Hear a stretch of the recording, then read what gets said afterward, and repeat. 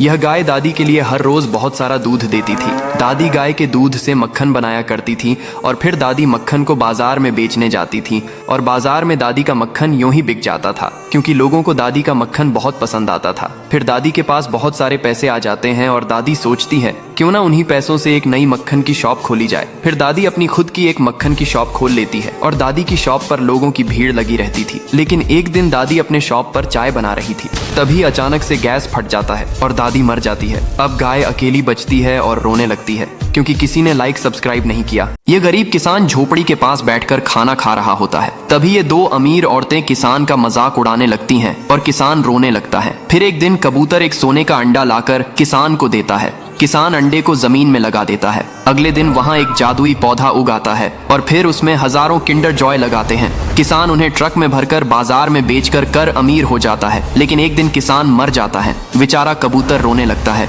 फिर किसी ने लाइक सब्सक्राइब नहीं किया। ये दादी और बंदर दोनों मिलकर रेगिस्तान में एक गड्ढे को खोदते हैं। ये बंदर खूब मेहनत करता है और दूर दूर से पानी को लाता है और गड्ढे में भरता है। तो ये दादी भी खूब मेहनत करती है और दूर दूर से पानी को लाती है और गड्ढे में भरती है। अब गड्ढा पानी से भर जाता है और दादी बाल्टी से मछलियों को डालती है। कुछ समय बाद मछलियां बड़ी हो जाती हैं और दादी और बंदर दोनों मछलियों की रखवाली करते हैं। लेकिन एक दिन यह हरामी भालू गड्ढे के पास आता है और गड्ढे में गिर जाता है और सभी मछलियों को गपागप खा जाता है। जब दादी और बंदर गड्ढे के पास आते हैं तो बहुत रोने लगते हैं क्योंकि किसी ने लाइक सब्सक्राइब नहीं किया।